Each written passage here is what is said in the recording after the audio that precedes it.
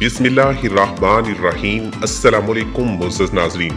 وفاقی حکومت نے احساس کے پیسے 12,000 سے بڑھا کر 14,000 کر دیے ہیں، تو اس حوالے سے میں 3 اہم باتوں پر زور دینا چاہتی ہوں۔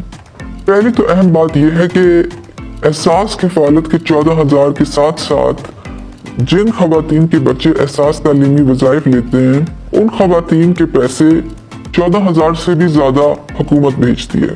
یہاں پر رسید پہ دیکھ رہے ہیں کہ 14,000 اس خاتون کے احساس کفالت کے ہیں اور 6,000 اس کے بچوں کے تعلیمی وظائف کے ہیں۔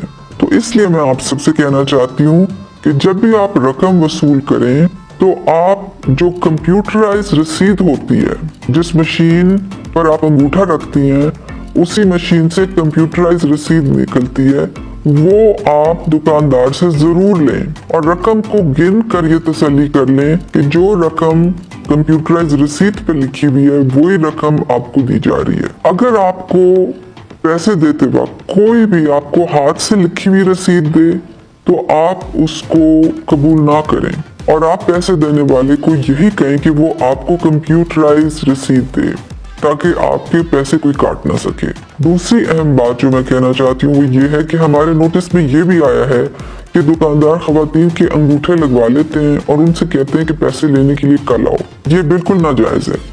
جب آپ انگوٹھا لگائیں تو مشین کے اسکرین پر ضرور دیکھیں اور اگر آپ کو یہ نشان دکھائی دے تو اس کا مطلب ہے کہ آپ کے پیسے آ گئے ہیں، اور پھر آپ وہاں سے پیسے لے کر ہی جائیں۔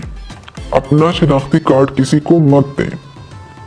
تیسری اہم بات یہ ہے کہ مجھے یہ بھی اطلاعات ملی ہیں کہ فیلڈ میں ادائیگی کے لیے کئی لوگ خواتین کے قومی شناختی کارڈ لے کر اپنے پاس رکھ لیتے ہیں۔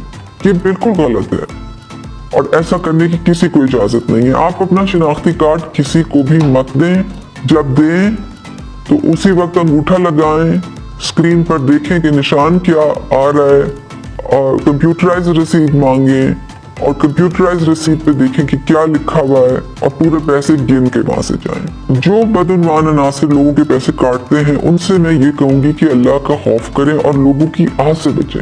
قرآن پاک میں اللہ تعالیٰ نے بار بار دیانتداری کا حکم دیا ہے اور بد دیانتوں کے لیے سخت سزا کا حکم دیا ہے۔ سورۃ النساء کی آیت نمبر 10 میں اللہ تعالیٰ فرماتے ہیں جو لوگ یتیموں کا مال ناحق کھاتے ہیں وہ اپنے پیٹ میں آگ ہی بھرتے ہیں اور عنقریب وہ دوزخ کی بھڑکتی آگ میں ڈالے جائیں گے۔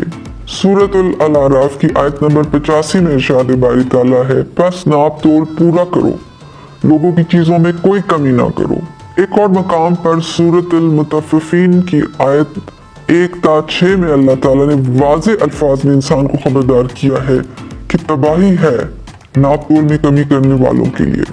بدعنوان عناصر کو میں ایک بار پھر خبردار کرتی ہوں کہ اللہ کے عذاب سے ڈریں اور غریبوں کی امانتیں ان تک ایمانداری سے پہنچائے، کیونکہ ایسے افراد کے لیے ذلت اور عذاب ہے اس دنیا میں بھی اور آخرت میں بھی۔